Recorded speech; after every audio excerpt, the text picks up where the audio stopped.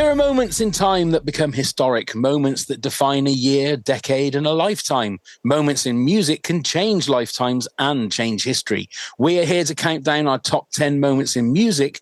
First, here are 10 music history facts. Number 1, MTV was launched on August the 1st, 1981, and the first video played was The Buggles' Video Killed the Radio Star. Number 2, Status Quo was the first act to appear at Live Aid on Saturday the 13th of July 1985 at Wembley Stadium. The first rock and roll song, Rocket 88, was recorded by Ike Turner in Memphis in 1951. Pete Townsend of The Who smashed his guitar during a performance at the Railway Tavern in 1964. Rolling Stone called it one of the 50 moments that changed rock and roll. The North London hotel that once housed the venue has since hung up a plaque commemorating the event. During a Ziggy and the Spiders concert in July 3rd, 1973, David Bowie announced that it was his last performance. It soon became apparent that it wouldn't be Bowie's last performance, but the final appearance of his alter ego, Ziggy Stardust. Philips Records and Sony Music introduced compact discs to the world in 1982. The medium offered significantly more storage than other recording mediums. And Michael Jackson, the king of pop, performed the moonwalk for the first time in public in the late March 1983 during a live recording of a TV concert specially celebrating Motown. Apple launched its first iPod on October the 23rd, 2001. It gave music fans the ability to store thousands of songs on a pocket-sized device. And the Irish band U2 partnered with Apple to send its 2014 album Songs of Innocence to 500,000 iTunes users for free as part of its release. The unsolicited download was widely viewed as spam, and Apple quickly published instructions to help customers delete the songs. And finally, Taylor Swift wrote a letter to Apple Music in 2015 encouraging it to change its policy of not paying musicians whose songs were streamed during the customer's 3-month free trial. The company announced the next day that it would pay artists after all. All right, indeed. So there we go. There's some little moments in history in music.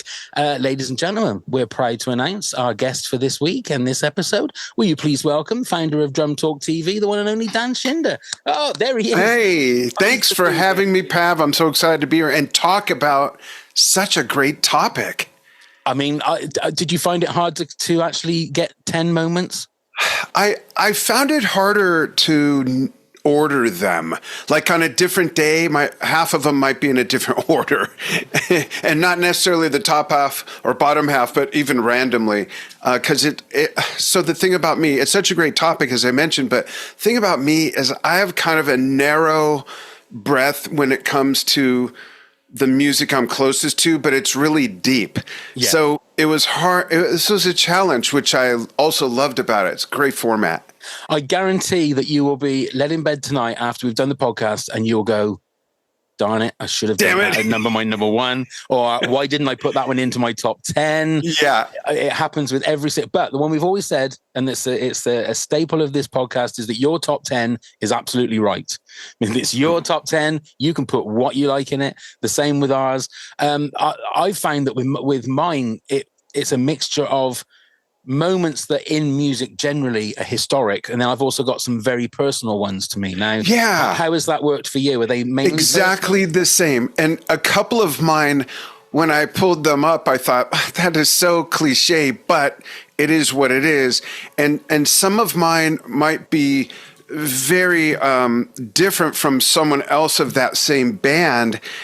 And I'll explain why. And some of them, and usually for reasons why it's close to me, either to my ears as a music fan or as a musician and how it influenced me. So again, I love this format. This is such great combo. Right. So before we jump into the top 10, tell us about Drum Talk TV. Oh, where do I start? Well, we're 11 years old and 11 years, 9 months old. We do interviews with golden platinum artists, up and coming artists, unknowns who just have a great story, who are great drummers, great musicians. And Drum Talk TV is not just for drummers. That's really what's important. I think most our fans are just music fans, or like I like to say, weirdos who like to watch drummers, like my wife. And we also do documentaries. We have 4 original series. We curate content from our fans from over 100 countries. We reach 100 million people a year online and have 1.3 million real followers on our social channels, 1.3 alone just on Facebook, but we're on a few other channels as well. Easy to find. The most exciting thing is that we're in the process of launching a brand new membership site called Drum Talk TV Brilliance. .com. Can I give a discount code out for your listeners? Absolutely. Absolutely. Great. And we'll put it in the show notes as well. Awesome. Thank you. So folks, if you go to www.drumtalktv.brilliance with a CE at the end, brilliance.com, and at checkout, put in all one word, put in DTTV, the number 3, and then FREE. You get 3 free months to see if you can put up with us. And I'm hoping it's kind of like beer. The first sip, you might spit out. Next thing you know, you drink a can. Then you got a 6-pack. And then you're like, okay, I know where I'll put the keg in my living room. Not to compare it to something that might be negative, but we're hoping that you'll love it, fall in love with it. There's so much stuff in the membership site, like live stream game shows where people win prizes, all music themed trivia, things like that. We've got live stream concerts in virtual environments. We have live stream fan Q&As where the fans ask the artist or the producer the questions, and quite a few other things as well. Challenges. Right now we have a John Bonham challenge going on. So it's a lot of fun. I'm really excited about it. Wow, you'll never need to go out again. You can just do that. And that's part of it. It's, we live in such a crazy world right now, Pav. If you look at the wars going on, coming out of COVID, 3 years of basically lockdown and stuff. And COVID caused, that's weird phrasing, but out of COVID, drug and alcohol abuse rose 23%.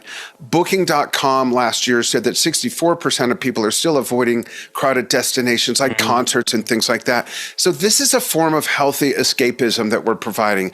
Our new tagline, or rather the tagline for the membership site for Brilliance, is here for the fun of it. And that's our product. We deliver fun for music lovers. It's not just for drummers. Right. Now, before we actually pressed record, you jokingly said that you'd been drumming for 55 years. Yeah.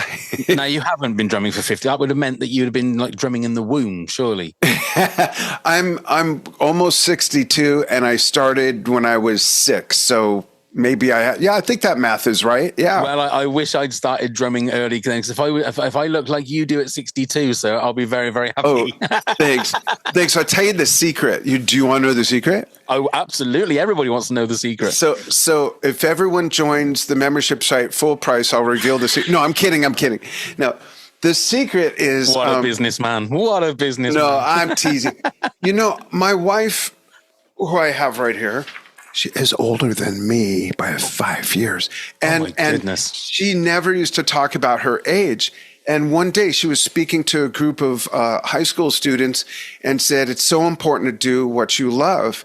And she said, how old do you think I am? And I happened to be there. I said, wow, she's never said that. At the time, I think she was 60 or 58 or something. And they're saying 35, 40. And she said her age and no one believed it. And doing what you love. So some people say, if you love what you do, you'll never work a day in your life. Yeah, that's BS. We work very hard, but we love what we do. Right. And that has a lot to do with your in what you internalize. Of course, you got to take care of yourself, and we both do. But when you love what you do and you look forward to what you wake up to, other than our dogs and our cats, and I told you, we have 11 kids, 19 grandkids, and a great grandson now who's 7 months old. When you love what you do, all of that is even more precious, because people who have to get up and go to a job or something, or they're having issues with their own business, they drag whatever angst they have with them to the market, in line at the bank. waiting for a table at the restaurant, dealing with their family and all that stuff. So it really does affect every aspect of your life. So thank you for the compliment. I appreciate it. I thought I was doing well with 5 kids and 5 grandkids, but I mean, that's a good load right there. That is a good load, but not as good as yours, sir. Not as good as yours. I'm sure we'll talk more about Drum Talk TV as we go, and we'll give the codes and the website and everything at the end of the episode. And like I say, all of the information will be in the show notes as well. So all you need to do is click the link on there and it'll take you straight to it. Nice. And by the way, I didn't say I like all the kids, but anyways, keep moving. I know. That's it. Whenever someone ever says to me, who's your favorite? They're all my favorite, and you love them the same amount. It's I know that. I know that feeling. Right. We've got a lot to talk about in regards to our top 10 here of moments in music. So Dan, kick us off with your number 10. All right, my number 10, and I'm going to start up by saying I went with studio albums. I have some honorable mentions later if there's time for some live albums. But my top 10, I felt bad putting this at 10 because it is such a phenomenal album ahead of its time, production-wise, especially. The musicianship's incredible. It's Queen 2, and especially considering when that came out in 74 and what the studio equipment landscape was like at the time, what they churned out with that music and the recording is truly amazing. It could come out today and be ahead of its time, and there's maybe 1 or 2 albums I'll say that about. This one for sure, though. I just love that album. So for anybody, I mean, I love Queen. We've actually got, coming up in a few weeks' time, we've got our Queen top 10 songs coming up with one of our American friends. What are the big hit? What if someone was going in to listen to Queen 2? What's the big hits of that album? Skip right to Ogre Battle and March of the Black Queen. Those are my favorites on that album. Procession is great, which is the first song on the album, if I remember correctly. And there's another song called I can't think of it, but it's after March of the Black Queen, and it's almost got an element of circus music, and it's just, this album's all over the place. But again, it's the production that really, there's a bunch of backward stuff. So it starts out with this build up of a wash, and then when it flips forward, it was the hit of a giant gong, and then the voices come in, the operatic voices, and it's all backwards and everything, and it slowly flips on forward, and you don't notice any sort of cut or anything. It's truly an amazing way to start out an album. Just Roy Thomas Baker, the producer of that, and the guys were just on top of their game. The way they made the movie Bohemian Rhapsody, I'd love to see a docu-film on how that recording was made, the studio sessions, just truly amazing. It really is. It's not that commercial. That's the thing.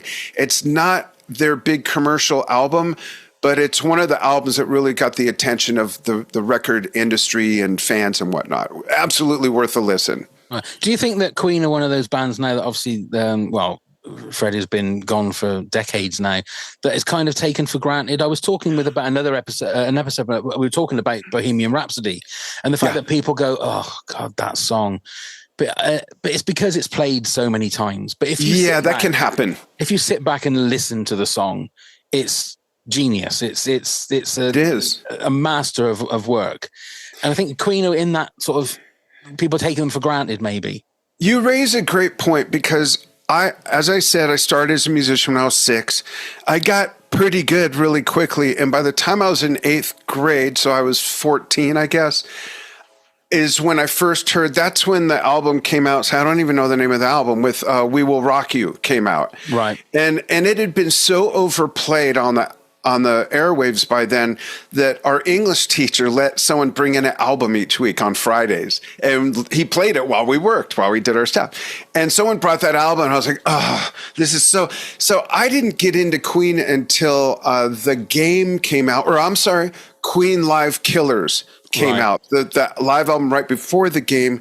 And then I saw the tour of The Game, and their Freddie Mercury, absolutely the most amazing live performer ever, with Ian Anderson, I think, right behind him. That's another story. But it took me a while, for the exact reason you're saying, so overplayed, and they were kind of, the stuff that was played a lot on the radio If I'm yelling, let me know. Like I said, I don't have my hearing aids in. The dog ate them. What did hit the airwaves was, for my musical sensibilities, was a little bit too poppy, which you'll learn as we go through my list.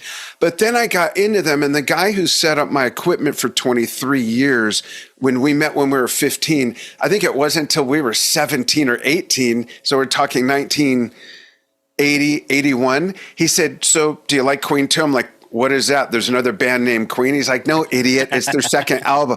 I'm like, no. And he's like, oh my God. And he made me a cassette tape. That was it. I was drinking their stuff up from the fire hose from that point on. Yeah. You just need that little nudge in a slightly different direction. That's all it is. Yeah. And that's why I still don't listen to music on the radio, which nowadays isn't as much of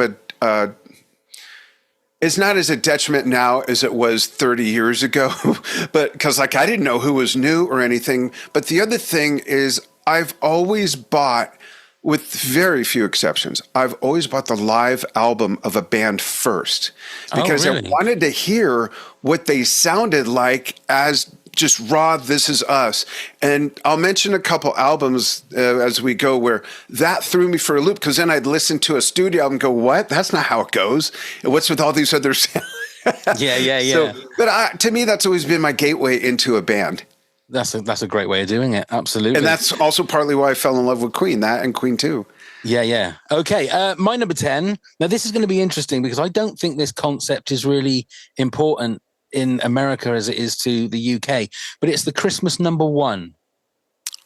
I don't even know what that is. Okay. So every Christmas, I mean, not for the last probably 15, 20 years, but definitely during the 70s and the 80s and the 90s, the most coveted number one on the charts to get to number one at Christmas time was the pinnacle. If you could get a Christmas number one single, it was the thing. And not just for artists, for the general public. They would, and it sounds like it's a 1950s or a thing with the war, but it's like everyone would gather around their radios on the final Sunday before Christmas to find out who was going to be the Christmas number one. I've never heard of that. That is so intriguing. And what's amazing is there are certain songs that people are only known by their Christmas number one.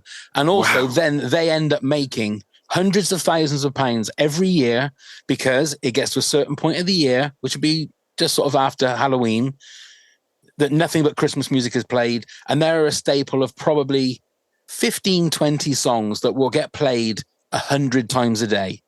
Over and over and over again. And what amazes me is I was talking to another American friend of mine, and I was listing all of these songs, and they go, no, never heard that one before. Like Merry Christmas Everybody, which is Slade. Have you ever heard of the band Slade? Yeah. So they, I mean, the lead singer and the other guy that wrote it, I think they make something like £250,000 a year. Through just that one song. Because I have a question about that. When someone hits that Christmas number one, does that also end up being a gateway to the rest of their catalog for a lot of people who may not be familiar with them? Sometimes, but sometimes it can just be the one song that they have a massive hit with. It is such a strange phenomenon. You will also get, in England, massive stars from England. I mean, Paul McCartney has had a massive. Jethro Tull has a whole Christmas album. Ian's coming out with a new one. Feed the World, the Feed the World project. That was maybe the biggest one. Exactly, and you got things like White Christmas, so you've got like proper standard songs and staple songs. But it's so weird how, because I thought that happens all around the country, all around the world, that there's a Christmas number one. But it doesn't seem to be a thing in America. No, and I lived in Australia for a while, and I don't remember that being a thing unless I was just out of it. I don't know. Even Greg Lake, Emerson, Lake and Palmer came out with a couple Christmas songs. I Believe in Father Christmas is one of those ones that gets played. Wonderful song. Yeah, so for me, and especially Bruce Springsteen. It goes on and on. Now you open up that can of worms. Thanks. Exactly. And as a youngster, I used to love waiting to see, and I would always want a certain song to be Christmas number one and then be disappointed if it never quite got there. But all of it, you know, big artists would always release a Christmas song, and then there would be the battle for the Christmas number one. It's like an event. It was absolutely an event. And it's not quite the same now, because when things like X Factor, they kind of hijacked the Christmas number one. So they would have the show so that the show would finish a week before Christmas, then the winner would release a single. It wouldn't be a Christmas song, and that would automatically get to number one. And Rage Against the Machine, funnily enough, as a protest, decided to release Killing in the Name Of.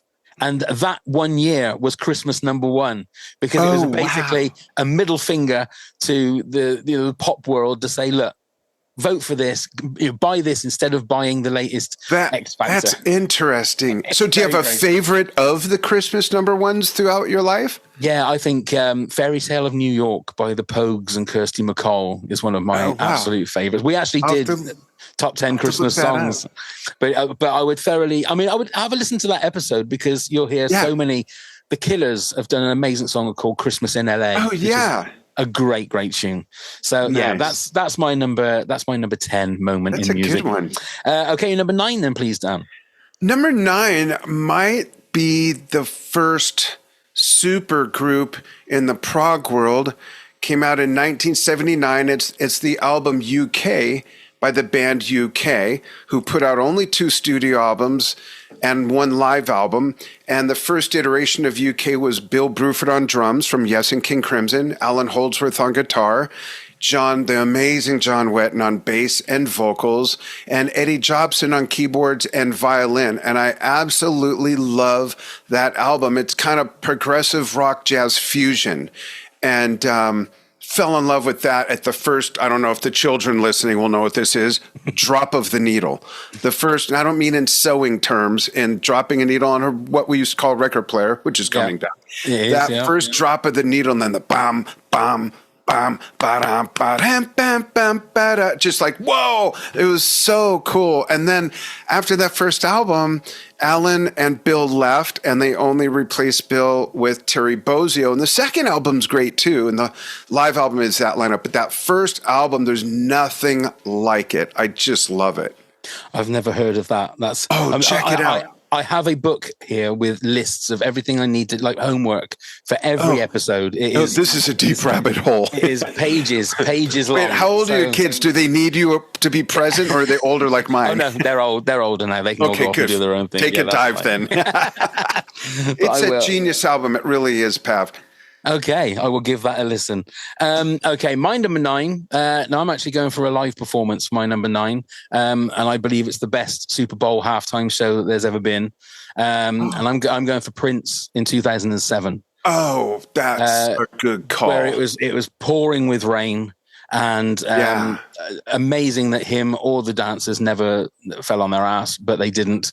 And Prince is one of those people. I think he's one of those they broke the mold with Prince.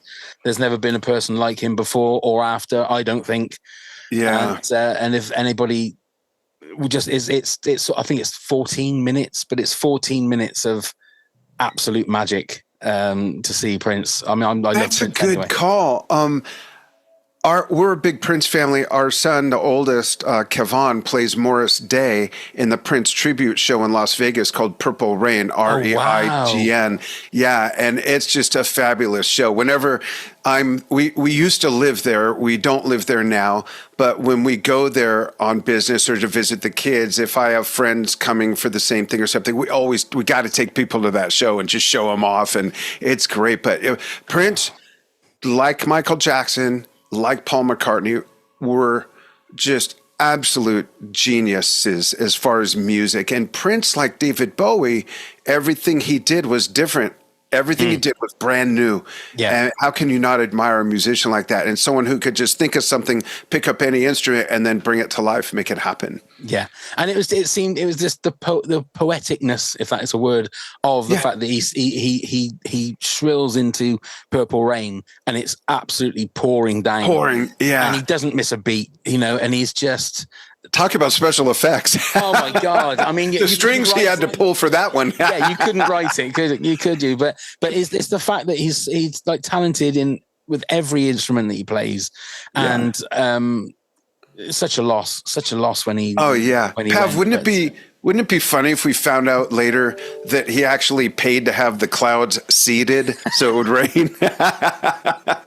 I wouldn't put that past him, because I've heard Kevin Smith, the director, talk about Prince, and it's like Prince is in Prince's world. He can't understand why he can't pick up a phone and get a camel at 3 o'clock in the morning. So I wouldn't put that past him at all. We can do that, sir, but you got to make it purple with the lighting. We can't do that. Oh, dear. Okay, that's a great one. Your number 8 then, please. My number 8 is way out of the scope of all my others, other than UK kind of bordering on it. And that is the band Return to Forever, the first super group, I think, of fusion, Return to Forever, and the album Romantic Warrior.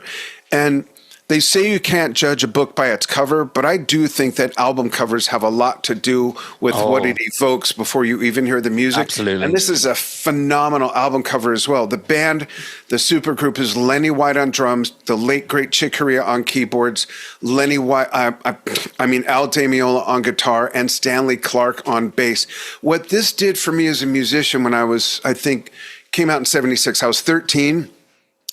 It's all instrumental, and Pav, at the first minute, 30 seconds of the first track, it opened my mind in a different way to music, realizing, so there's no boundaries and there's no rules. Like scientifically and tonally, there are rules in music, but I mean, as far as being creative, from a creative standpoint, just totally opened it was like, take this pill and see how far down the rabbit hole goes, is that album.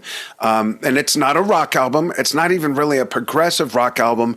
It is, in my mind, and I know a lot of Mahavishnu Orchestra fans, and I hope Billy Cobham's not listening right now or watching, because Romantic Warrior by Return to Forever is my favorite fusion album. It's just amazing. All right. What's your favorite type of drumming in regards to the music that you like doing?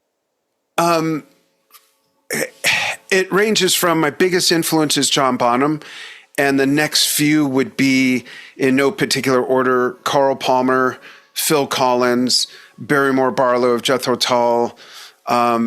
Those are some of my absolute biggest influences. I know I'm forgetting somebody. Maybe it'll come out when I go through my list. But I have a wide variety of different drumming styles and influence. But it's basically the classic rock representation would be Led Zeppelin. The prog rock would be Phil Collins and Carl Palmer. Right. Okay. There's another one to add to the list. Oh, yes. You're adding too many things to my list. I'm not going to get to see my grandkids, let alone my kids. Okay. In regards to me, so I will. Let me just preface in regards to my top 10. My top 10, I'm choosing sort of actual moments in music history as opposed to albums and stuff. Just so you know. Did I screw this up? No. Oh, okay, just checking. That's the one thing I love about this, is that we put the subject down, and it's how you interpret that subject. Okay. And by the way, all of mine are from the 70s. All of mine are in the 70s. There's nothing wrong with that. Because that, especially with something like this, moments in music can mean so many different things. Yeah. I was very close to putting in one of the things that there's like 2 seconds in a certain song that for some reason just puts the hairs in the back of my neck. Oh, wow. So I was going to put that, but it didn't quite make my top 10 in the end.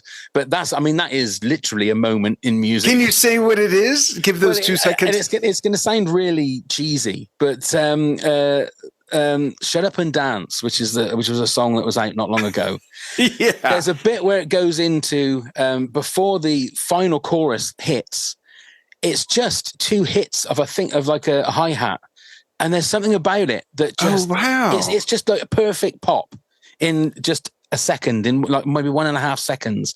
Wow. And it just sets the hairs on the back of my neck. I haven't got many hairs anyway, but the hairs that are there on the back of my neck, there's something about that 2 seconds of music, and it's weird. It's so weird, but it didn't quite make my top 10. Talking of personal ones, this is about as personal as I can get. So my number 8, in the town where I live, in the Cotswolds, every year, every summer, they have a music festival. a free music festival. And I've been lucky enough to get up on stage and sing 3 times now over the last, for 13 years. So back in 2019, I was on just before, because I sing the backing tracks, basically. That's what I do in pubs and clubs around the around the area. And I got up on stage in front of 4,000 people, overlooking my town, just as it was turning into like nighttime, just before the headliners went on, and did 45 minutes. And for me, that's the closest I'm going to get to like my Glastonbury moment, or a big festival. And it was just, it couldn't have gone any better. 4,000 people, including my family, all looking back at me, singing along to songs. And it was just one of those moments that for me, as somebody that sings, it was just, it couldn't get any better than that. So I had to put that great. in my top 10 of musical moments. And I even did that Shut Up and Dance. So I had 2 of my moments in one go there. So I could sing that and have that 1.5 seconds while it was a beautiful scene, and I was very, very lucky to be able to do that. So that's my number 8. So your number 7 then, please, Dan. My number 7 was hard to choose from. The band is Rush, who I came across in 1976. A friend of mine brought over 2112, and I was just like, what is this? And then I went out and, in typical fashion, bought the live album first. I got All the World's a Stage, which was the tour of that album. Just fell in love with the band. I saw them maybe 16, 18 times over the years. And it was hard to pick which album to give the mention. I went with, as much as I love their last studio album, Clockwork Angels, I wanted to give a bigger nod to more of their roots, which is kind of in the middle-ish of their career, which is Power Windows. And I chose Power Windows because I think it has elements of everything they've done, even stuff that they did after that. And it's also, I think, of all Rush albums for me, the most challenging drumming wise. And I know some drummers were going to lose their minds and say, no, it's YYZ, which is on Permanent Waves, or it's La Villa Strangiato, which is on Hemispheres. I had those nailed when I was 15, 16 years old. And not that I'm great. I'm just saying, for some reason, Power Windows seems more complex than anything else they put out. And the lyrics are great. Again, Hugh Syme did an amazing album cover for them, who did almost all their album covers. From their second album on, he did all their album covers and played keyboards on a song or 2 before Geddy started playing keyboards. My favorite song on that album is called Middletown Dreams. And it's probably the most often Rush song I play on my show on Drum Talk TV, which is Dan's almost daily vlog, where I'll play music. It's live. I talk to people. They're in the comments and I'm reading them, and we're talking about maybe a band or a drummer or an album or whatever. I just love that song. But the other big one on there is, what's it called? I should have this handy, right? Well, there's one called Marathon, which is great. Marathon's amazing. But the one about the Enola Gay dropping the bomb, why can't I think of that? Oh my gosh, I'm having such a senior moment. Just get the album, everybody. It's great. And it has the big hit, Big Money.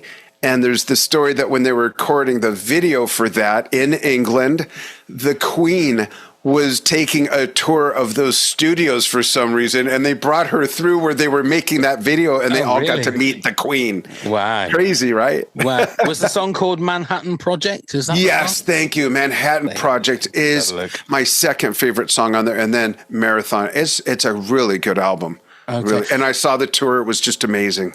Anybody that wanted to learn drums, would you say that it's handy to just put an album on or put a song on and try and play to that song?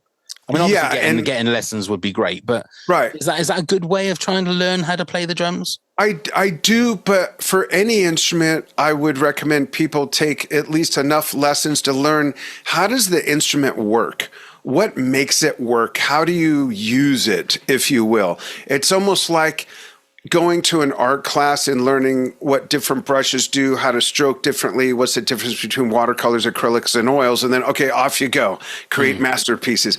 I had lessons from the time I was 6-something up until maybe 9 or 10, and from that point on, it was all exactly what you're saying. I would always, and during that time, it was emulating what I heard. Luckily, I was blessed with great ears and a great memory for music only. Like, I don't remember if today's an underwear day or not, or what I had for lunch yesterday, but I can like not play brain salad surgery for 3 years and just bam, pull that out of here and just play to it. So I do think it's important also to listen to music you don't like. As a musician, listen to music you don't like, and you will still add, if you're paying attention, more tools to your toolbox, and listen to who your heroes listened to so you can hear what they're doing came from. I just think that all of that's so important. It's a great question. Yeah, so the influences will influence you. It's all just passed along. Yeah, exactly. Great one. Okay, my number 7. They are the band of the moment because they are going to be coming back and working together next year. But I was in the 125,000 people at Nebworth in 1996 to watch Oasis. Oh, wow. Yeah, so one of the two, and it was Oasis at their peak. It really was just before their third album came out. And there was I think it was 200. They did 2 shows there that weekend. Wow. And it was crazy. It was absolutely crazy. But Nebworth was never really a great place to play. Well, it wasn't. It was a great place to play, but to get in and out of was an absolute nightmare unless you had a helicopter. Myself and my friend went on a coach, and we got back to the coach after the gig, and sort of thought we'll get some kip, we'll get some sleep. And we were asleep for 3 hours, woke up, and the coach hadn't moved because it was still sandwiched in the middle of like hundreds of other coaches. Did it take you a moment to figure out what was going on? Well, did I sleep 15 minutes? Yeah, we thought we were home. We thought, oh, okay, like we've stopped, and we looked, and we still had coaches like banked on either side and front and back. But, so funny. It was definitely one of those kind of we were there moments, and especially now that everybody's sort of going all Oasis crazy again, I feel like I saw them at their peak. I don't really need to spend £300 to try and find and see him again. So gotcha. That's cool. That's my number moment. 7. Indeed. Your number 6 then, please, sir. 6 is Pink effing Floyd. I don't know if you know, they changed their name to that. Pink effing Floyd. Pink Floyd, so many amazing albums. Everyone knows Dark Side of the Moon, the longest standing album on the charts. If I remember right, the number is something like 768 or 72 consecutive weeks. No one will ever do that again. I know you should never say never, but I really can't imagine that happening ever. No, that's right. Yeah. So which album do I go with? I love the album before it, Metal. I love the soundtrack they did to a movie, and the album's called More. I did not get into The Wall, which came out in 79, if I remember right, when I was in high school. Did not like it whatsoever. I got into that about 5 years ago and could not stop listening to it from beginning to end over and over. In here while I'm working, one of the laptops there, I put on some music if I don't need my ears or my brain too much. And I really love that. But I got to give the nod to Dark Side of the Moon. It's truly an amazing album, especially if you do examine their back catalog, Pav, and you listen to what they did on Metal, listen to what they did on Ummagumma or Ummagumma, depending on how you use vowels.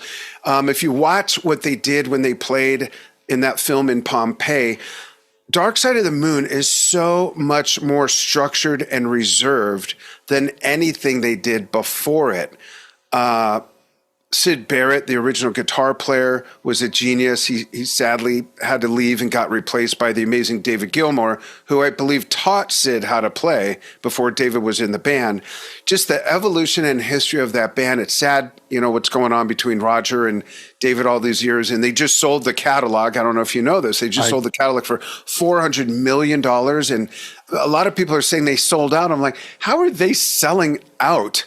That's not a sellout. They created this. That was their business. They sold that part of the business. What's wrong with that? Congratulations, absolutely. I say. And the biggest reward for David Gilmour, he says, no, I'm no longer wrapped up in that tornado of angst with our music publishing fighting and the rights and the royalties and all that. So I got to go with Dark. That's a long answer. I'm sorry. No.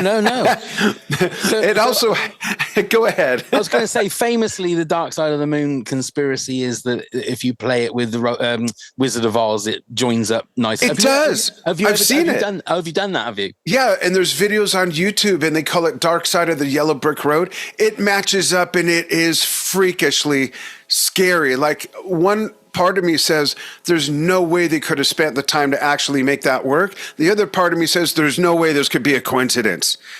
You got to start when the lion roars, the MGM lion. And there's YouTube videos. Instead of going through, am I going to get the timing right? Just go on YouTube and look up Dark Side of the Moon, Yellow Brick Road, or Dark Side of the Yellow Brick. It's incredible. It's freakish. So which one do you go? Do you go that it's a conspiracy, or do you go that they did actually work for it to be like that? I think it's a coincidence. I think it's a coincidence that it lines up. I do. Universes collided, and that's what we got. Yeah. I think it would have taken too long to write an epic around a movie like that. Well, maybe not, now that I think of it. But I think one of them would have fessed up and taken the credit and said, yeah, we did that. And isn't it amazing? I would have, What you want to do is you want to see if it also like links up to Laurel and Hardy and Way Out West or something. So no, that's the album Metal. No, but the thing about Dark Side of the Moon is it has every element of music. It has such subtleties. It has such grandiose, grandeur. Yeah. When you look at The Great Gig in the Sky, the vocal that Claire does on that is just incredible. It's just an amazing album, and it's truly hard to pick a favorite. It really is. Yeah. They were almost unknown commercially until that album because of the song Money. Of course, yeah. And that catapulted the same way after decades of being around. Yes, did Owner of a Lonely Heart, and then all of a sudden 2 new generations and millions of other types of music fans discovered who they were, never knew about Close to the Edge or any of the other stuff they did. So it kind of worked for them that way. That in my mind is also a musical event. What that album did for them and how that was on the charts for over 760 weeks. That's incredible.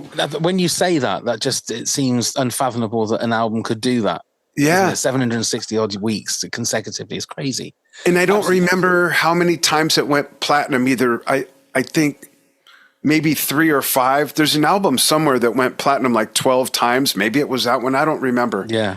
There can't be any more that would go above that, I wouldn't have thought. Right. And the album cover, just to mention, that album cover is so iconic. It's on shirts, it's on keychains, logos, tattoos. It's just, it became just that simple light shining through the triangular pyramid and then the prism on the other side. Everyone knows what that is. I was going to say, you show that to anybody that even isn't a Pink Floyd fan, they would know what that cover is. Yeah. And if they don't, then we ought to be suspicious they're not from this world. That's how you know if they're wearing people clothes. And you know what I mean. That is the question to ask. Quick, what's this? My number 6, I'm going to go back to sort of, it's linked to your number 10, and I'm going to go for the Live Aid performance of Queen, which kind of was I remember watching, what was I? So it was in 1980, what was it, 1985? So I was 16. Yeah. I was 16 when Live Aid, and I watched every single bit of it, like whether it was the UK bit or over in Philadelphia. So I stayed up and watched the whole thing. I recorded it, and I got it on like 3 VHSs before it became a product. Yeah. And kids, Google VHS. That's all I'm going to say, because you're not going to know what it is. Look. There you go. Never forget. There's a cassette VHS and a 3.5 floppy for those who are just listening. There you go. It's funny you mentioned that. Yeah. But Queen, they were sort of like afterwards. It was the legendary Queen performance was what basically gave Live Aid the boost. They stole that show, and they absolutely stole that show. And I've watched that 26 minutes over and over again. It's Freddie Mercury again at his absolute peak. Yeah, holding 100,000 people in the palm of his hand. That's right. I was going to say he's the only performer that can take an audience like that and make you feel like you're in a little intimate club. Yeah. Have you seen the video of Pav of there's a short TikTok video that might be elsewhere. And it's taken from, like, imagine you're at a football game and you're in the bleachers, you're in the stands, and you're next to the aisle. And here comes Freddie Mercury walking up, and he's eating nachos out of a thing, and people are going, yay, yay. And he looks at the crowd to the left and goes, oh. They look, and they repeat, and then he looks at the crowd at the right, and they do, and then he goes, oh, and they mimic it, and he says, all right, and he keeps walking. You got to look for that. Look for Freddie Mercury in the stands or something like that. I'm going to have to look for that and put that on our video playlist for our Patreon top It's hits. amazing. Absolutely. I'm going to have to look for that. That sounds amazing. Yeah, so that's my number 6. That's a good one. Now, we're halfway through, so I didn't tell you about this. So we're going to have a little cheeky quiz. So it's time for this. Pop quiz, hot shot. Yes, pop quiz, hot shot. So I'm going to give you a moment. Purple. No, 42. Oh, sorry. And you've got to give me the year that this thing happened. Oh, boy. Okay. So, I mean, we'll give it a go. Let's see how well you do. If you asked when I was born, I'd have to look that up. Well, I mean, you can guess. That's okay. Fine. So, number 1, the day the music died, Buddy Holly, Richie Valens, and the Big Bopper. What year was that? 1959. What a start. Well done, sir. Wow. Well done. My wife will be proud. Well done. Number 2, Amy Winehouse dies of alcohol poisoning. Give me a moment here. I'm going to say 2018. No, 2011. Oh, wow. 2011. See, I got brain blur because of the COVID period. It's like that gap in time has screwed up my time continuum. Indeed. Everybody's time continuum. Yeah. She was so good, too. She was. Indeed, she was. American Idol debuts on U.S. television. What year was that?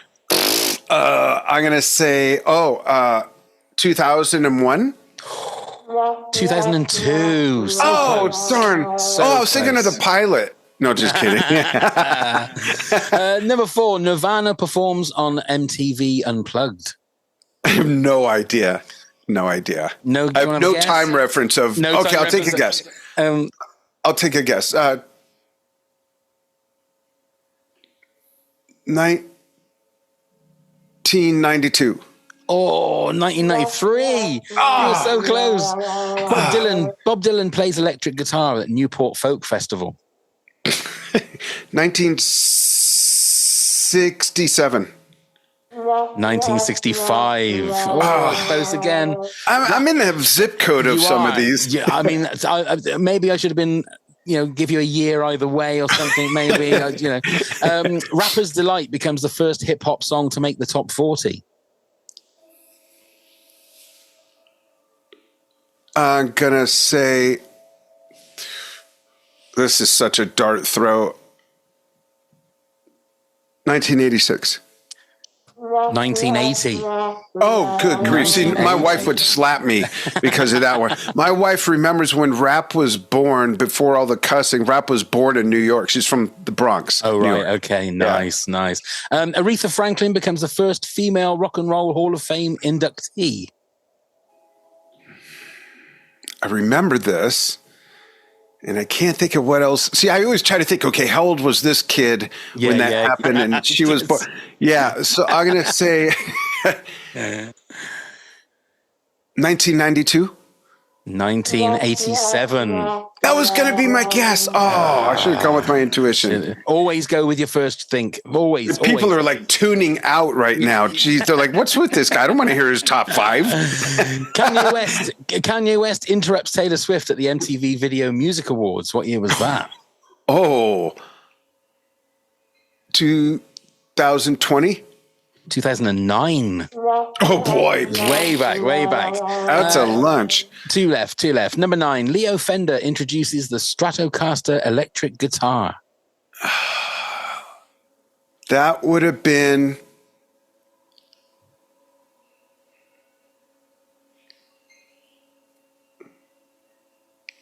$1961. 1954. Oh, I was almost going to go with 58. I still wouldn't have been close. I didn't realize it came out that early. Yeah, that early. And the final one, Tupac Shakur is killed in a drive-by shooting. What year was that?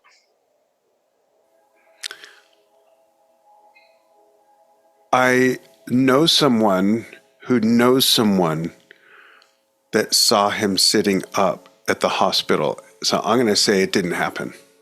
Oh, that's a great answer. It was an escape route. So I'm going to go with that. And the year that happened, was I with my wife yet? I'm going to say 2006. It was 1996. Oh, good grief. I was way off. But there you go. And maybe that's when I bumped into him at the barbershop for a shave. Well, that's a great list. Some of those are hard for me because I'm not familiar with a few of them. But you didn't get zero. That's the best thing. That's what I'm going to say. Thank goodness. You didn't get zero. Okay, back to our lists. So number 5 then, please, Dan. Oh, I love this band. There's no one like them. There's no one like Jethro Tull, led by Ian Anderson. My good friend Don Perry was the longest sitting drummer, but Barrymore Barlow was a huge, huge influence on me. Again, I bought their live album first, Bursting Out, but my favorite album by then is so under-mentioned, and it's called A Passion Play. It's one vinyl record, both sides, one story, and it's just amazing. And Ian plays a lot of woodwind instruments on that. He plays the clarinet, the soprano saxophone, the alto saxophone, the baritone. He's just all over the place as a musician on this. And something I learned not that long ago, he plays guitar and mandolin and some other things. He doesn't know how to play guitar and mandolin and other things. He just messes with it. And that's what I've done for years. I've got up here on a shelf, I've got my dad's Giannini classical guitar from 1958. I got my 1977 that I bought new. Ibanez 8-string mandolin, and I have a 10-string quattro from Brazil. And I never took lessons, but I can make music on them. And all the albums that Ian has done that on, and all the times I've seen him play, I'm like, wow, I feel a lot better. But A Passion Play is a tremendous listen, and you have to listen to the whole thing, because unlike Thick as a Brick, unlike other epics, there are no song separations. If you look at the vinyl, there's no separating grooves. Oh, really? You have to flip the album over, and that's it. And when you flip the album over in the middle of a spoken word story told by John Evan, the main keyboard player at the time, about a hare who lost his spectacles. It's like a fairy tale. And it gets to the middle part, and there's this clarinet, flip it over, and it picks up again. Hare was watching ostensively motionless. It's just amazing. It's amazing, even just that spoken word part. But the album will take you, it's like an Alice in Wonderland trip as far as the music, and it's great. I can't say enough about it, so I won't. It sounds like you're just making things up. I know, right? See, normally when I add these things to my list, I think, okay, I'll give them a passing list. As soon as we finish our episode, I am putting that straight on because I want to hear what that's all about. Out of all these, put on Passion Play. Of all the ones you're not familiar with, that's the one to go to first. Absolutely going to, without a shadow of a doubt. That's a great one. Okay. My number 5, we were talking earlier on about Queen and the fact you'd sort of take them for granted. I feel like another person, like a lot of these legacy acts now, Elton John is someone that gets taken for granted now. But I've got for my music moment is him live at the Troubadour in LA in 1970. Because if it hadn't have been for that, he wouldn't have became the Elton John that we all have known for the last 5 decades. Right. So, and I think Elton John, again, because he's a lot older now, he doesn't sound or perform, I think, the way that he used to sound. And he's officially saying he's retired now. And he's retired now. But if you look at his body of work, and we've done top 10 Elton John songs, as a performer, I think the fact that he took LA by storm in 1970 and then took America by storm and then kind of became a megastar all over the world. Yeah. I don't think without that one performance at the Troubadour, none of that would have happened if he hadn't have lit that spark at that particular time. That's so cool. And I don't want to take away from that, but I think it's of note to say, I don't think Elton John would have become Elton John without Bernie Taupin. Without a shadow of a doubt. Yeah. With an absolute shadow of a doubt. Yeah, but that I played at the Troubadour many times growing up. And the interesting thing is, my biggest thrill of playing there was my parents coming to see me there, because they used to go on dates there and listen to spoken word and the bongo guy and people sitting on the floor. And then I played there. They used to go see Simon and Garfunkel there, Peter, Paul and Mary, that kind of thing. But yeah, Elton John, that was his Cape Canaveral. That was his launching pad for sure. And there you go. I'm saying that I was singing in a field in my hometown, and there you are singing in the Troubadour. Yeah, at the Troubadour for your parents, and I mean that shows the different circles that we go in. So yeah, how interesting! I love cool. that. That is so cool. Okay, then Dan, you're number 4, then please. Okay, the huge influence on me, and I got to meet Keith Emerson and spend a little bit of time with him at a Carl Palmer art event. Emerson, Lake and Palmer is just is the most amazing prog trio. I hesitate to say the most amazing trio because Cream did so much in such a short time that impacted all these decades forward. But Emerson, Lake and Palmer, no one's ever sounded like them. No one sounds like them. 3 amazing musicians. Carl Palmer, one of my top 3, 4, 2 influences, just incredible drummer. He's been on the show a few times. In fact, I have a video to show you after we're done that he's in. That's a promo video for our membership site. I love the work he did with Asia as well. But my album and again, I'm not going to change my mind. I went with studio albums. I have some honorable mentions. I mean, their live album has the most words and syllables and letters in any album title. Welcome back, my friends, to the show that never ends. Ladies and gentlemen, Emerson, Lake and Palmer. That's the name of the live album. It's a triple live vinyl. But Brain Salad Surgery there's other great albums. I mean, it's hard for me to decide between their first trilogy and Brain Salad Surgery, but I'm going to go with Brain Salad Surgery. It just has epically epiphonicism ology music on it. Okay. So you have Jerusalem, which is just, I mean, Greg Lake's voice and the music. Jerusalem, of course, you've got Carnival 9, first impression, second impression, third impression. I love just playing through all 3 of those. I just love that. I was in a band when I was 15. I was the youngest one that actually played Carnival 9 First Impression Parts 1 and 2. And when they said, yeah, we're going to learn this, I was like, what? Wait, what? I was familiar with it, but I learned it with the bass player before we played it with the band. And he was only a year older than me. And we fucking crushed it. It was so much fun to actually play that. Benny the Bouncer. What other great songs are on there? There's like 2 other songs. Toccata, some of the first synthesized drum synthesizers on there. Just a great album. And of course, and I always forget how to pronounce the artist's name, amazing packaging by an amazing artist where it opens up in the middle and then you see the skull of the woman that was on the front. It's just incredible. It's very monotone and complete package. That album cover, like many great ones, that album cover sounds like the music inside, and the music inside sounds like what you see on the cover. It's just amazing. Full package. I've just put here as a note, epic, because I think that's what the word, as you have just said. Okay, another one to add to the list. Okay, wonderful. That's your number 4. My number 4, I'm going for the very iconic Beatles rooftop performance as a moment in music.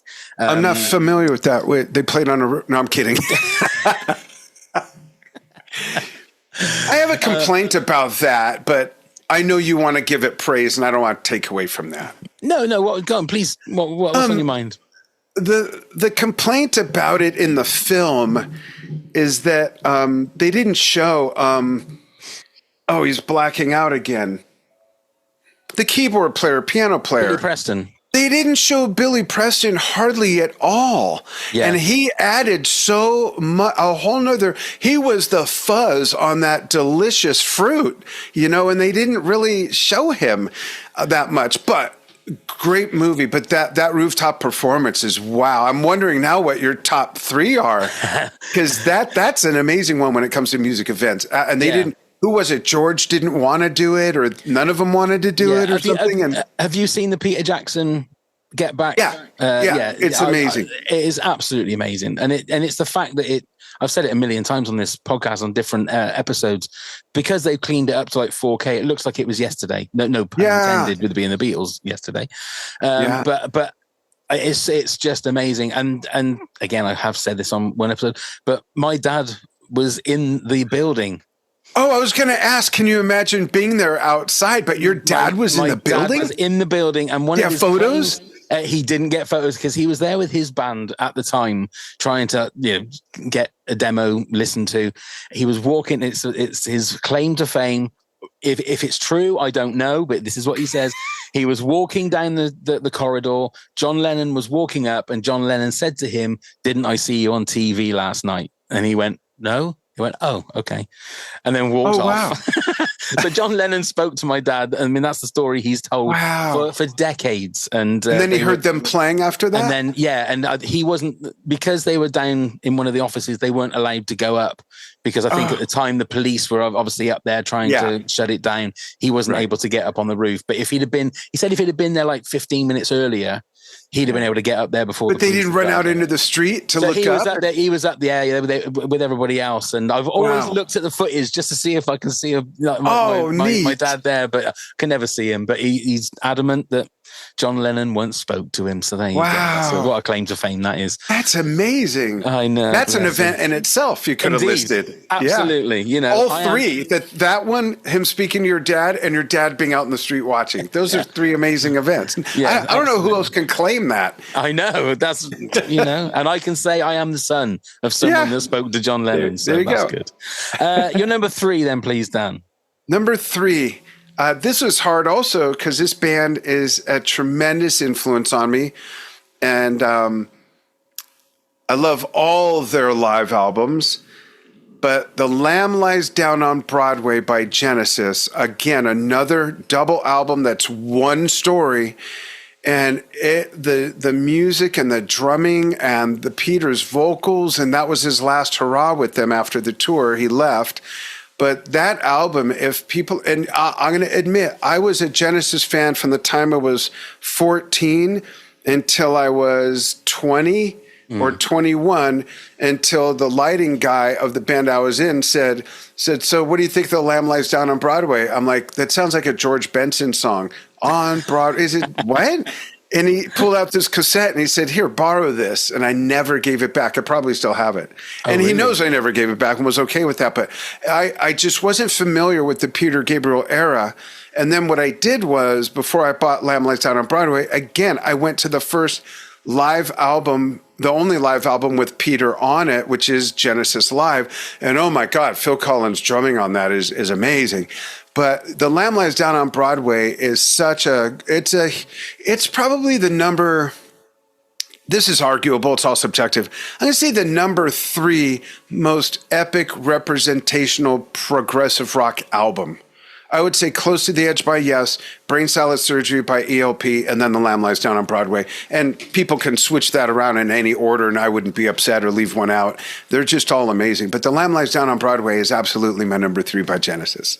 So with someone like Genesis, where their history is prog rock, how as a prog rock fan do you then feel when they go into like 100% pop, when it's like Phil Collins and his I Can't Dance and Invisible Touch and stuff like that? And That's All. They become really commercial, don't they? I mean, in the sort of 80s, 90s, they were one of the biggest bands in the world. Yeah. And it partly stemmed from Phil going out and doing his first solo album. And what a lot of people don't know is that, especially the more you go backwards in their catalog path, the more you hear how progressive they were and how outlandish, Phil Collins' drumming was. His he didn't know what he was getting into. His music was Aretha Franklin. It was the real rhythm and blues, when rhythm and blues was rhythm and blues, for goodness sakes. Gospel music, that was his jam. So then when he did a solo album, I think they allowed him to bring that influence in because he saw what it did for his career, and they were open to trying some new stuff. The way I came to grips with it was because there was always at least one song on there that did not fit, because it was the Genesis I knew. And then when I would go see them live at the LA Forum, they always played all their old stuff. And it was like, okay, I can deal with your widening the horizons. But there's a lot of people that think they sold out. They started hating on them. They didn't listen to them anymore. And I have just, I don't know, as a music fan and as a musician, I'm a bit more open to it. You know, I do like the proggy stuff much better, though. That's more my world. Yeah. It's interesting coming from somebody that it's almost like they would have two sets of fans. They'd have the punk rock fans, and then they'd have the pop music fans, which obviously I'm assuming is a lot more lucrative, and it's a lot more. You know, you get a lot more money from sellout stadiums, tours, doing Invisible Touch and No Son of Mine and all that kind of stuff than you are doing Lamb Lies Down on Broadway. And you know, I remember the ABBA tour, which had the song Paper Late on it. Yes. And Paper Late has the Earth, Wind, and Fire horns that Phil built a relationship with because they were on his solo album before album.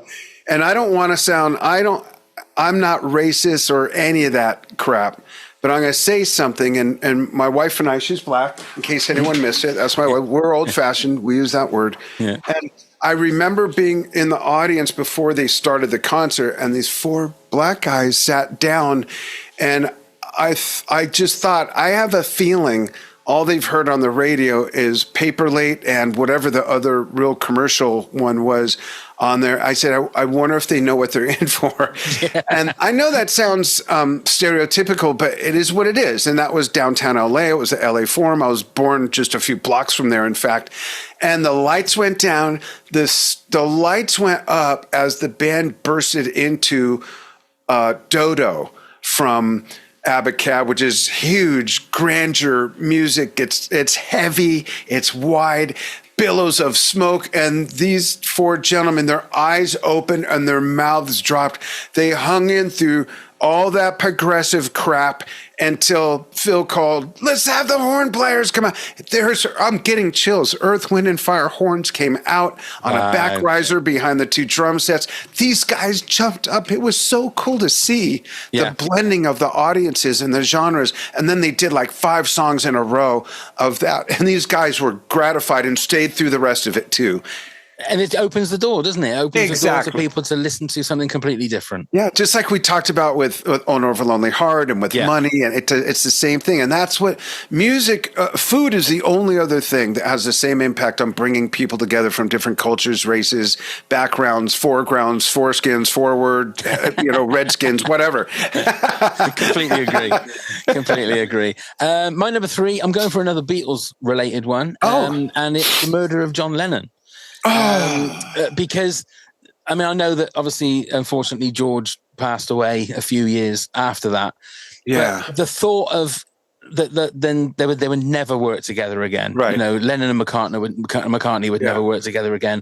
And I've often wondered whether if the Beatles were still around, all of them together, would they be like the Eagles and still going out touring, and still going out and doing it, or would have they just said, let's just not bother anymore, and do the Led Zeppelin route when John passed away. Exactly. And it would have been so interesting to see, or just if Lennon and McCartney would have gone and just done stuff together, just carried on writing together and just doing maybe little projects together. It would have been fascinating to see that. And the fact that it's 44 years now this year that John Lennon was murdered is it's a lot. There's so many years of like stuff that could have been amazing. I mean, it could have been really bad.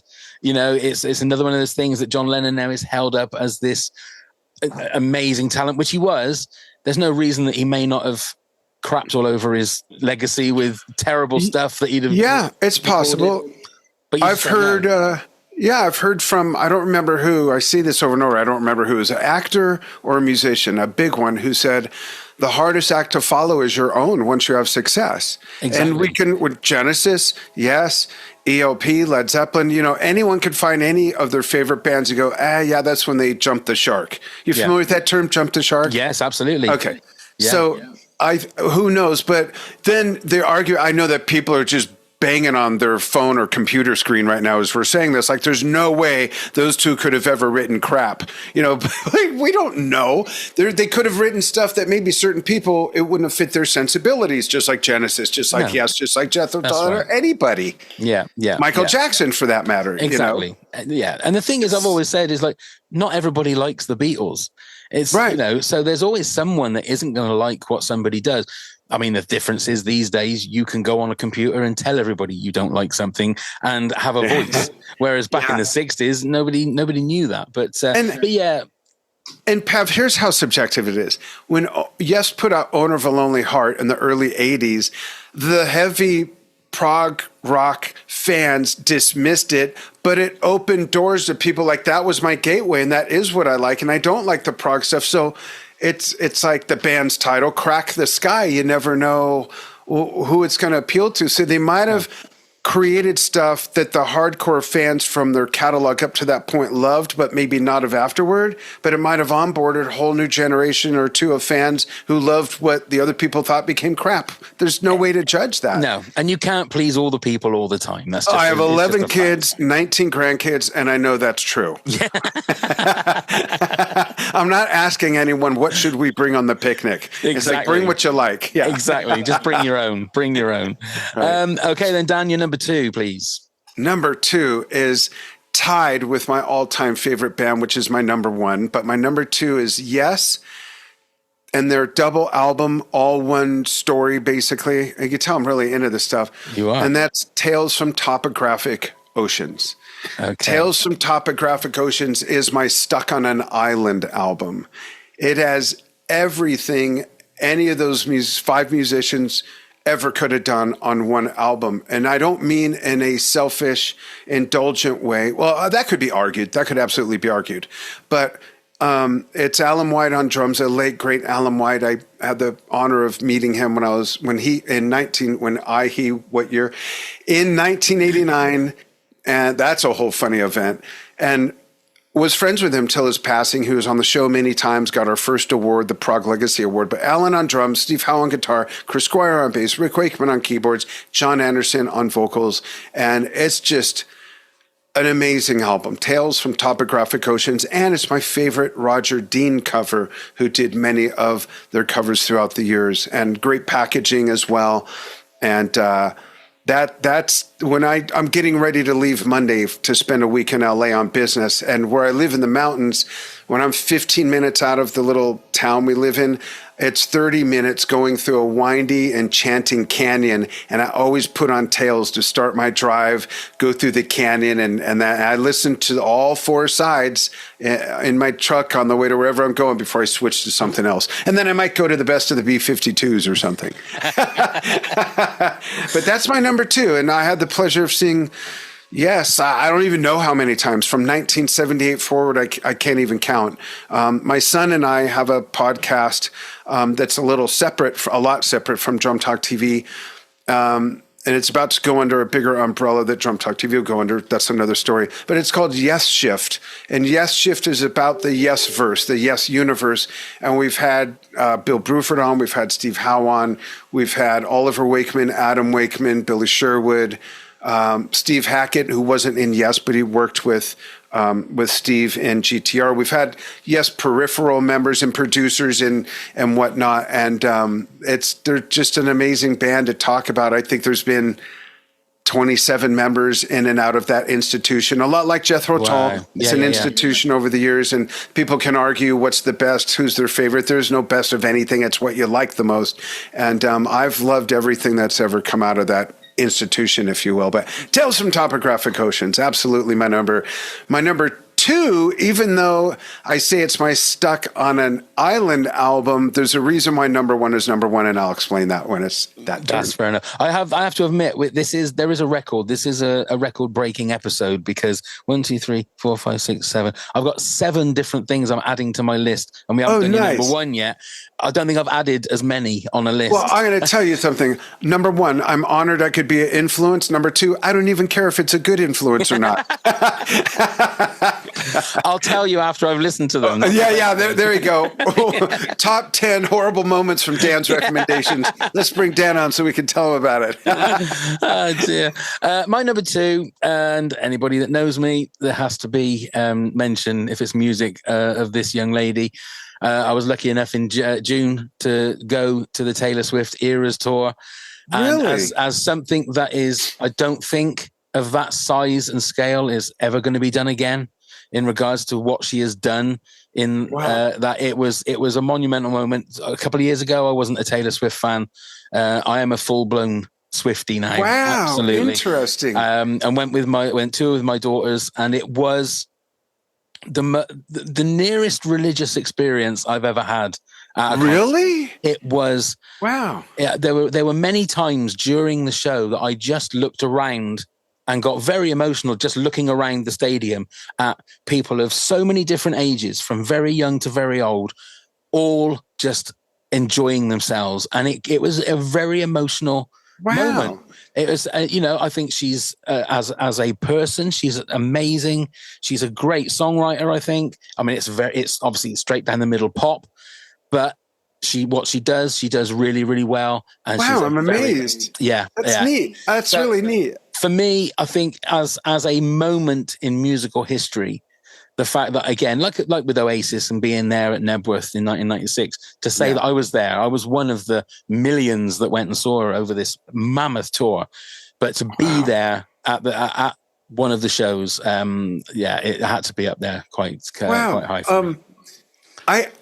I'm not saying this in any derogatory way. No. But I can't name one song by her. I'm that unfamiliar with her, but I'm very, very familiar with the influence of her branding and what Swifties are. They're like Deadheads or the Parrot Heads. You know, it's like that kind of thing, or what I call Zeppies, Led Zeppelin fans. That's really neat to hear. Are you familiar with the shade people are throwing at her and the political mess out here in the U.S.? I've seen some of it. Yeah, I'm not, and the thing is, with someone like that, with anybody that's got some kind of celebrity and they put their head above the parapet, they're there to be shot at, aren't they? And that's the trouble. You know, that's just the trouble with anything. As soon as politics comes into it, it's a crapshoot, isn't it? I think in this case, it's almost funny, and I don't want to take away from the genius that her career has been and your moment. But the funny thing is she's saying, I won't even say who, because I don't want to bring that into it, but she endorses someone and everyone's saying how funny it is because she's written song after song after song about the bad choices she's made in people.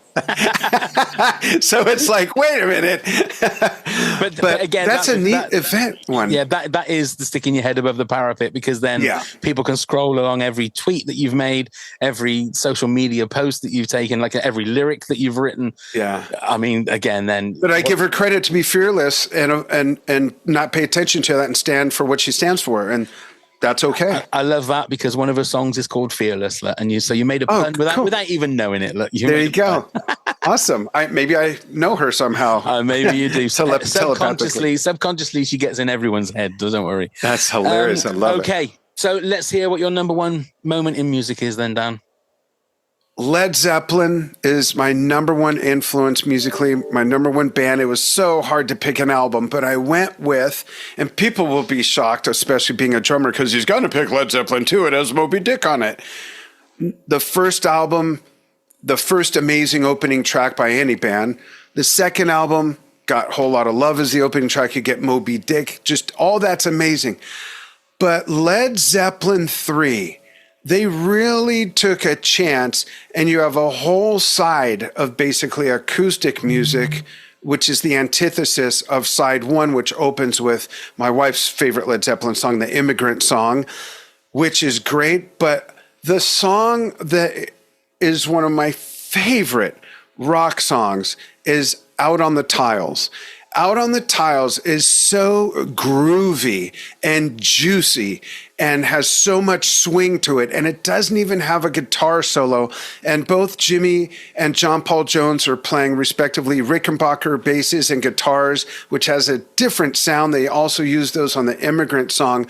But John's swinging of that beat that plays against the timing is just incredible. That I heard that album when it came out in 71. So I was like 8 or 9, and my older cousins were playing, the light organ speakers were going. And that's when I fell in love with them forever. I already had heard the first 2 albums, but the sound of that album is so different. And that one album, just like I said about a couple others, has everything they could possibly do musically. And now it was kind of like a glimpse into the future. Oh, so they're not just this and that. They also do this, that, and the other thing. It's just an amazing album. And my father, both my parents are gone. My father just loved that album for the same reason, and he wasn't really a musician. He bought this guitar when he was 17 in 1958 or 18, but he loved the acoustic side of that, and that was changed my life moment. For a lot of people my age or older, it was the Beatles and seeing them on the Ed Sullivan Show. I wasn't old enough to see that. But my dad took me to see Led Zeppelin when I was 14 years old, 1977 at the LA Forum. Like I said, I was born down the street from there. And that was I'll filter my language. My wife's sitting on that was my holy crap moment. And I wanted to be the next Jacques Cousteau. I wanted to be an oceanographer. And I had already been playing drums 7 years. I was really good. I had, like I said, great ear, great memory. I saw them play, and by the 3rd song, I realized, oh, that could be a career path. Told my parents a day or 2 later when the hearing came back, got them together. I said, I don't want to be a scientist anymore. My mom enthusiastically said, oh, what do you want to be? I said, I want to be a professional drummer like John Bonham. So we revived her with Smelling Salts, hitting her with the paddles a couple times. And to her credit, a year later, she found me an audition that landed me a U.S. tour at 15, getting paid to play at state fairs, opening for bands like Heart, Styx, Blue Oyster Cult, Seals and Crofts. Oh, my God. I just changed my path and grabbed it by the horns, and here I am, the Drum Talk TV ding dong now. That is crazy. That is, I mean, that's an amazing path.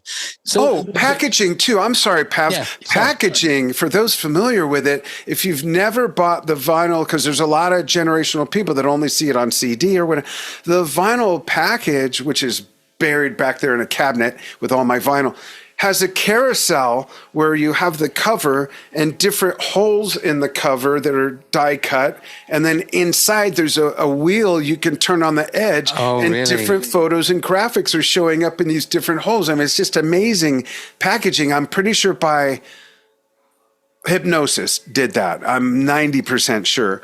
It's worth getting just for that, the toy of that wheel and the things changing. That's the beauty of vinyl albums, though, isn't it? Is that whole design and packaging and you don't need one of these to look at the artwork. Exactly. What is that? Exactly. So the question to come off of that then, if you could go and see one more live performance with a band from any time, and everyone comes back to life, would it be Led Zeppelin? It would. And the concert would be, there wasn't a lot of difference in the set list between the 1975 tour for Physical Graffiti as for 1977. But I think I'd want to see the 75 tour for the few differences, and to see Jimmy in his Black Dragon outfit as opposed to the white poppy outfit. Right. But yeah, it would have to be them. There's so many on that list because it's an awesome question. It'd have to be Led Zeppelin. Often I see on Facebook and whatnot, people post, what was your first concert? And I first look at all the comments. I'm like, okay, here we go. Led Zeppelin, June 25th, 1977 from 8 p.m. to midnight. Have a good day. And I just leave that there. And my dad drop the mic. Yeah.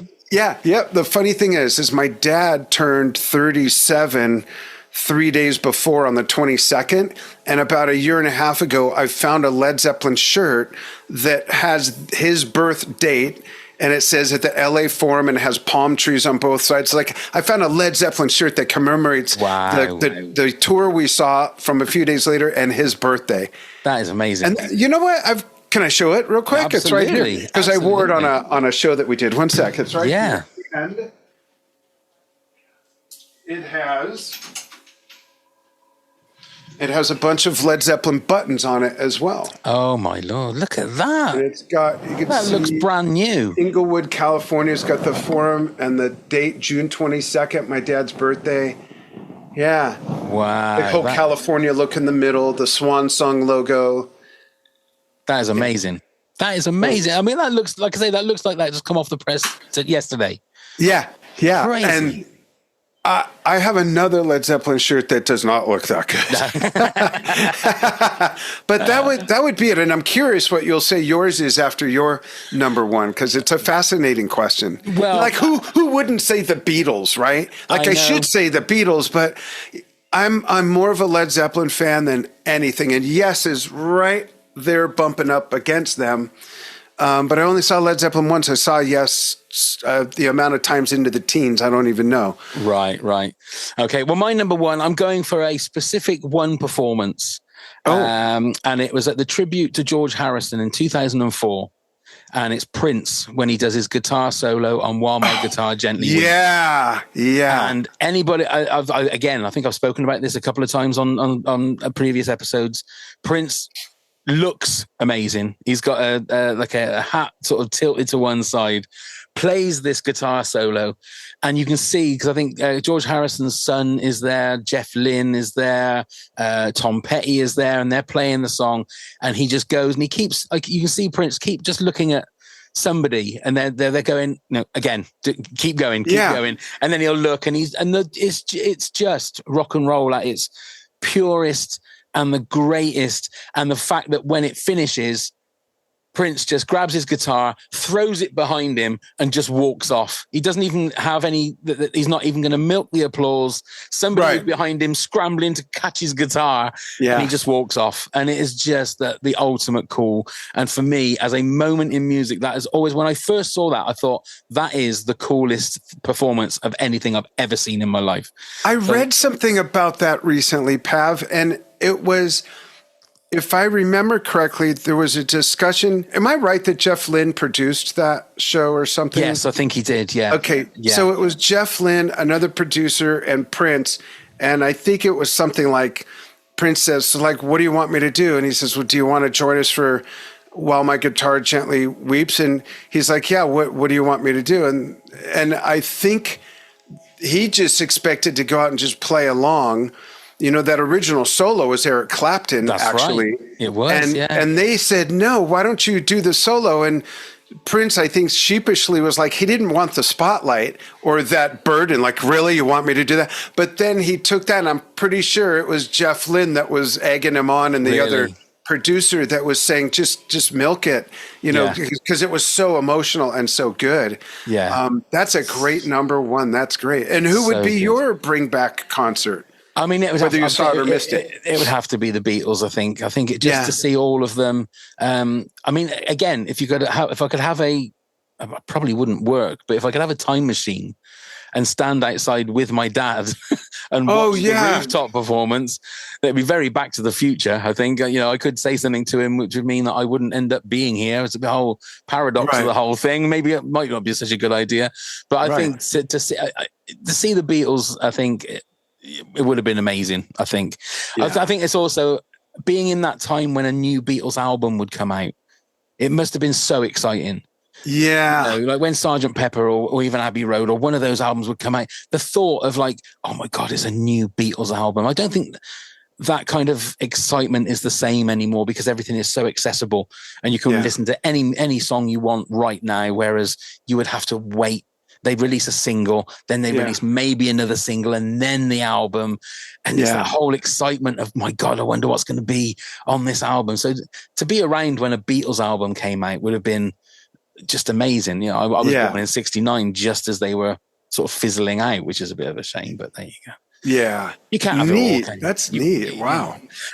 Before we hear your honorable mentions, we have got a couple of listeners. So the guys from Who Takes the Socks Off podcast said, they got so many, dude. He said the first one that springs to mind is Jarvis Cocker, who's from Pulp. Have you ever heard of that band? I've heard of that band, yeah. So he did a stage invasion at the Brits when Michael Jackson was doing his Messiah shtick. Have you ever seen that? Yes. So I'll put that on the video playlist. That's a good for one. our page. Kim Mendes said Prince singing Purple Rain in the rain at the Super Bowl, and Michael Jackson moonwalking on Motown 25. Josh from Just Films and that, he said probably my top 10 of Prince songs, which is what we did together. He says it keeps me awake at night, which, like I was saying to you, Dan, might do that with yours, thinking, shit, I should have put that. It'll happen. And Aaron Peterson said, I remember I was in college and I drove around and heard Nirvana's Smell Like Teen Spirit on the radio for the first time. I just had to stop. I'd never heard anything quite like it. I knew it was going to make a change in music and I was hooked. Thank you, Erin. So Dan, what's your honorable mentions? My honorable mentions are going to show people how narrow my view is.